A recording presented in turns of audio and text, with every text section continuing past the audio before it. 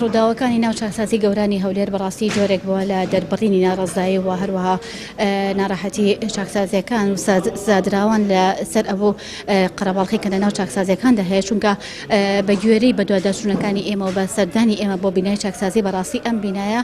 نزیکەی 950 کەس لە خۆی ئەگرێ بەبی ستانداردی نێودەوڵەتی و بەڵام بەداخەوە ئێستا چاکسازی گەورانی هەولێر بەهۆی زۆربوونی تاوانەکان و بەهۆی زۆربوونی ژمارەی ئەو کەسانی کە خەڵکی هەرێمی کوردستانین و لە هەرێمی کوردستان تاوانیان ئەنجام داوە ئێستا ژمارەیەکی زۆر لەو هاوڵاتیانەش لە خۆیان ئەگرێ ئەمە بۆتەوە کە ڕێژەکە بەرز بێتەوە بۆ نزیکەی 2000 کەس کە ئەمەش بەڕاستی کاریگەری خراپی لێکەوتۆتەوە لەسەر مافی زادراوانی تر چ ئەوەی کە مافە مرۆییەکان بێ وەچ مافە یاساییەکان بێ دەرەنجام ئەم پشێوەی لێکەوتۆتەوە و زادراوان ناڕازی بوون بەوەی کە ئەو قەرەباڵغی و ئەو ئیزدیحامە لە ناو هۆڵەکانی چاکسازی هەیە بەگوێرە زەریانەی دەست من کەوتووە لە چەند ڕۆژ ڕابردووە ئەوەی ڕووداو لە گرتوخانی چاکسازی هەولێر دروست بوو کە